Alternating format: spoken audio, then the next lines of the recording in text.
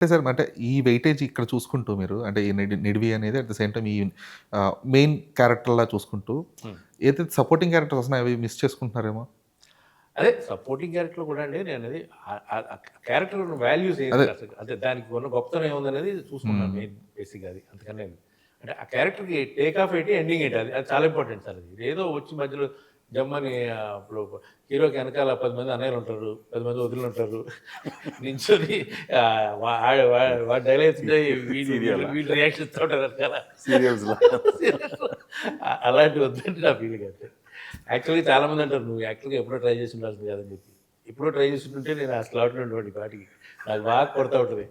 ఈ అన్నయ్యల స్లాట్‌లోకి వెళ్ళిపోయేవాడిని. అన్నయ్యలు, చిన్నాన్నలు, బాబాయిలు ఉంటారు సార్ వెనకాల సెట్ ప్రాపర్టీ.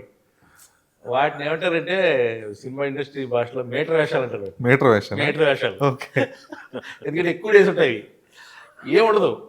బట్ ఇస్తారు ఆళ్ళకి ఒక 40 రోజులు, 50 రోజులు షూటింగ్ ఉంటారు. సినిమా మొత్తం ఉంటారు. సినిమా మొత్తం కనిపిస్తూ ఉంటారు మీకు. ఇక వాడికి ఏముండదు ఆడు. పెళ్ళిలో అటు ఇటు తిరుగుతుంటాడు హడావుడిగా ఇటు అటు. "అరేయ్! అది అక్కడ పెట్టరా, ఇది ఇక్కడ పెట్టరా." సో అవి వద్దనుకుంటున్నాను. ప్రస్తుతానికైతే ఏమో ఏది మనం దేన్ని తక్కువ చేయకూడదు. ఏది ఎక్కడ తగులుకుంటుందో తెలీదు మనకి. అరే దేవుడు చూస్తూ ఉంటాడు. నువ్వు దీన్ని ఎటకారం చేస్తున్నావు కదరా, సరే నీకు ఇదే తగిలిస్తావు ఒకరోజు